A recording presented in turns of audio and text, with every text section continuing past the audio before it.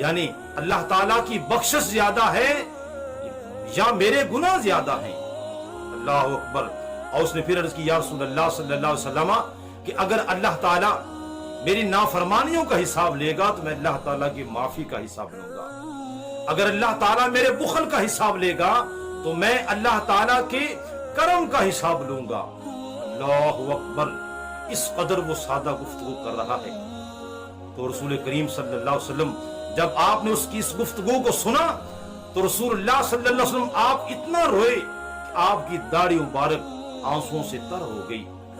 اور اتنی دیر میں پھر حضرت جبریل علیہ السلام حاضر ہوئے عرض کرنے کے یا رسول اللہ صلی اللہ علیہ وسلم کہ رب ذوالجلال آپ کو سلام بھی فرماتا ہے اور رب ذوالجلال نے یہ پیغام بھی دیا ہے کہ محبوب آپ رونا کم کریں اور آپ اپنے اس امتی کو، اپنے غلام کو یہ کہہ دیں کہ نہ یہ ہمارا حساب لے نہ ہم اس کا حساب لیں۔ اللہ اکبر۔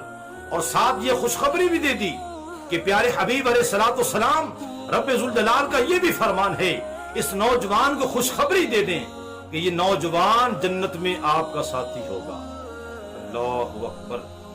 تو ناظرین کتنا یہ دلچسپ واقعہ، اللہ تعالیٰ کی رحمت کتنی وسیع ہے۔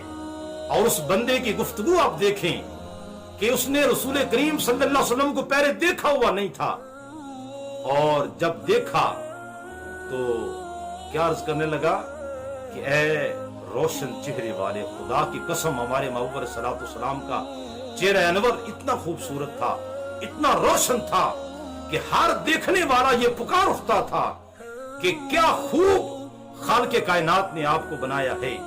ہر دیکھنے والا اش اش کر اٹھتا۔ تو اسی طرح اس نوجوان نے دیکھا، اس نے جناب وہ بے ساختہ بخار اٹھا، اے روشن چہرے والے، اے خوبصورت قد والے۔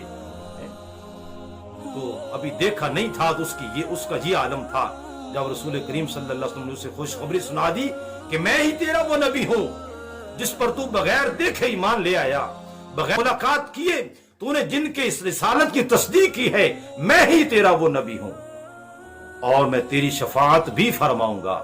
اللہ اکبر۔ اس نوجوان پر حالت کیا تھی پھر کہ وہ کس قدر محبت کے ساتھ اور عشق کے ساتھ رسول کریم صلی اللہ علیہ وسلم آپ کے قدموں کے ساتھ وہ چپک جاتا۔ اور پھر رسول کریم صلی اللہ علیہ وسلم نے آپ نے یہ بھی وضاحت فرما دی کہ عجم کے لوگ جو ہیں وہ ایسا کرتے ہیں کہ وہ اپنے بادشاہوں کے جناب قدموں پہ گر جاتے ہیں۔ جہاں تو جناب یہ بھی دیکھا جاتا ہے جو جاہل قسم کے پیر بنے ہوتے ہیں، لوگ ان کے قدموں پر گر رہے ہوتے ہیں، ان کو پاؤں کو بوسہ دے رہے ہوتے ہیں، سجدے کی حالت میں جا رہے ہوتے ہیں، تو یہ کس قدر یہ انتہائی جو ہے بری بات ہے۔ اس طرح کی تعظیم، سجدے کی حالت میں چلے جانا کسی بھی مخلوق کے سامنے، تو یہ بالکل حرام ہے، ناجائز ہے۔ اگر تو خدا سمجھ کے اس نے سجدہ کیا تو پھر تو بالکل یہ شرک ہوگا اور دائرہ اسلام سے کوئی بھی کرے تو وہ خارج ہو جائے گا۔ لہٰذا بالکل ایسی باتوں سے ہمیں بچنا چاہیے، چاہے اتنا کوئی بڑا ولی کیوں نہ ہو، کوئی پیر کیوں نہ ہو۔ رسول کریم صلی اللہ علیہ وسلم سے بڑا کوئی پیر نہیں ہے، رسول کریم صلی اللہ علیہ وسلم سے آپ سے بڑا کوئی اللہ کا ولی نہیں ہے۔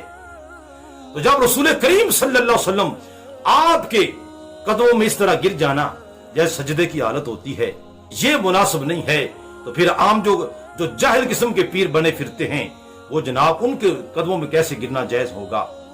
لیکن جو واقعی پیر ہیں، جو واقعی اللہ تعالیٰ کے ولی ہیں، وہ بالکل اس کو اچھا نہیں سمجھتے اور وہ اپنے مریدوں کو ڈانٹتے ہیں اور ان کو سمجھاتے ہیں کہ بالکل ایسا کرنا یہ جائز نہیں ہے۔ صرف جھکنا ہے تو اللہ کی بارگاہ میں جھکیں، سجدہ کرنا ہے تو اللہ کی بارگاہ میں سجدہ کریں، وہی ذات اس لائق ہے اس کی بارگاہ میں جھکا جائے، اس کی بارگاہ میں سجدہ کیا جائے۔ تو ناظرین آپ نے یہ بھی سماعت کیا کہ اللہ تعالیٰ کی رحمت کتنی وسیع ہے، اس کی بخشش کتنی وسیع ہے، اور پھر آپ نے یہ بھی سماعت کیا کہ اللہ رب العالمین خالق کائنات اپنے محبوب صلی اللہ علیہ وسلم کے اس رونے کو، پریشان ہونے کو پسند نہیں کرتا۔ اللہ تعالیٰ کو یہ بات گوارا نہیں ہوتی کہ میرا محبوب جو ہے وہ اتنا زیادہ روئے۔ اور پھر یہ رونا جو تھا رسول کریم صلی اللہ علیہ وسلم کا اپنی ذات کے لیے نہیں تھا، اپنے غلاموں کے لیے تھا، کہ جب رب ذوالجلال نے فرمایا کہ میں ان کا حساب لوں گا، تو یہ رسول اللہ صلی اللہ علیہ وسلم آپ ہی جانتے ہیں کہ وہ حساب کس قدر وہ سخت ہوگا۔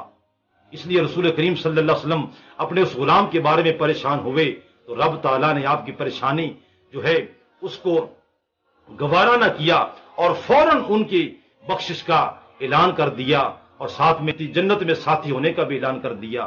تو ناظرین دعا کرتے ہیں اللہ تعالیٰ ہمیں عمل کی توفیق عطا فرمائے اور ہمیں گناہوں سے بچنے دوسروں کو بچانے کی توفیق عطا فرمائے، اور رسول اللہ صلی اللہ علیہ وسلم ہمیشہ ہمارے لیے ہی آپ اللہ کی بارگاہ میں رو رو کر دعائیں کرتے رہے۔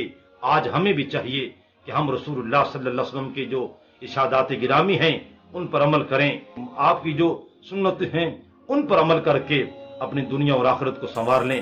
خالق کائنات ہمیں عمل کی توفیق عطا فرمائے، آمین ثم آمین، وآخر دعوانا الحمدللہ رب العالمین۔